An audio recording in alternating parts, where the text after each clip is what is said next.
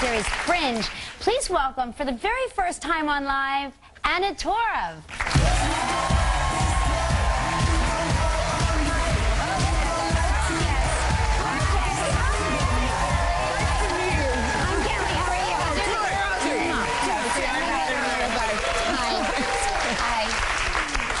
I can't believe it's your first time on our show. Welcome. Thank you very much. Thank you for having me. Great to have you beautiful. here. I was reading about you, and you're from Australia, from Queensland. Yeah. That's the two kisses. Right. I know. That's always so awkward. Do I kiss or do I hug? Do I do two and or then one? when they do three and you get your nose all banged every time I go to you. Then when they rub noses, it's so awkward. But when you were little, you kind of had to make your own fun, and that got you into acting, right?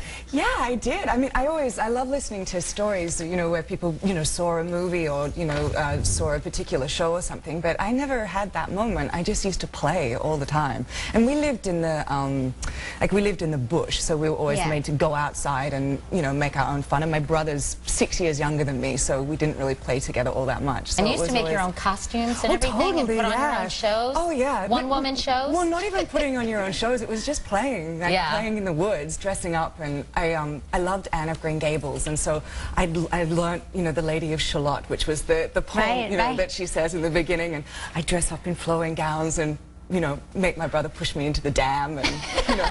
And so that's when you realized you wanted to be an actor. I think that's when I realized I wanted to pretend, you know, a lot more than most See, people. in my house with my kids, that would have caused a fist fight, not a career. So I'm glad you made that moment of your brother pushing you into the lake work for you. I made him do it, so I couldn't get cranky with him.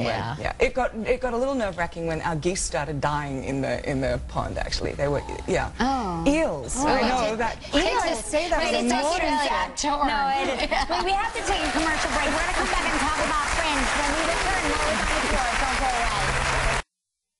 So we're back with Anna Torv from Fringe, which is a show that is based on this FBI unit that deals with extraordinary events, unexplainable events. Is that right? Yes, that's correct.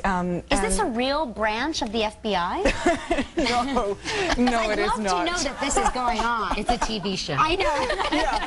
I hope it's not a real branch. I hope it is. But what's happening this season? I mean, you play this sort of cool FBI agent who's working out of Harvard, right? Yes, out of a lab in Harvard with this mad scientist, and this season's a reset. It's essentially a science fiction show, so we've actually flipped timelines, and we're in this brand new world where one of our lead characters no longer exists, actually, and so it's just like this FBI agent. Is that how they handle contract negotiations? Just to see how well it goes? Now we have a clip from a scene, and this is where the French scientist Walter, who's played by John Noble, tries to prove to you that he's stable enough not to be sent back to a mental institution. So let's take a look.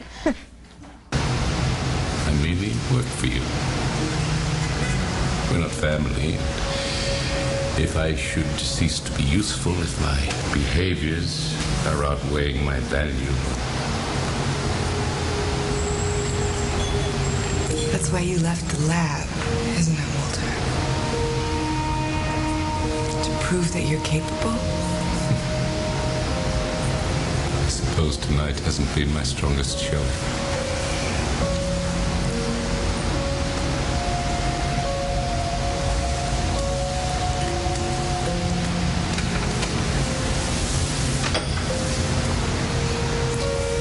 I need you to understand that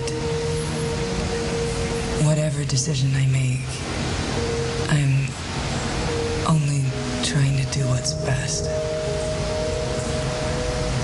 What's best for whom, Legendada?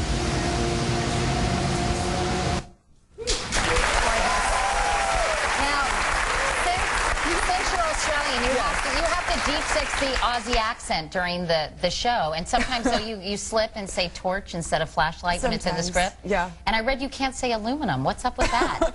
Well, we say aluminium. Yeah. We also say it wrong. We say bitumen too, and nobody knows what that is. What is that? Bitumen? It's like asphalt. Asphalt.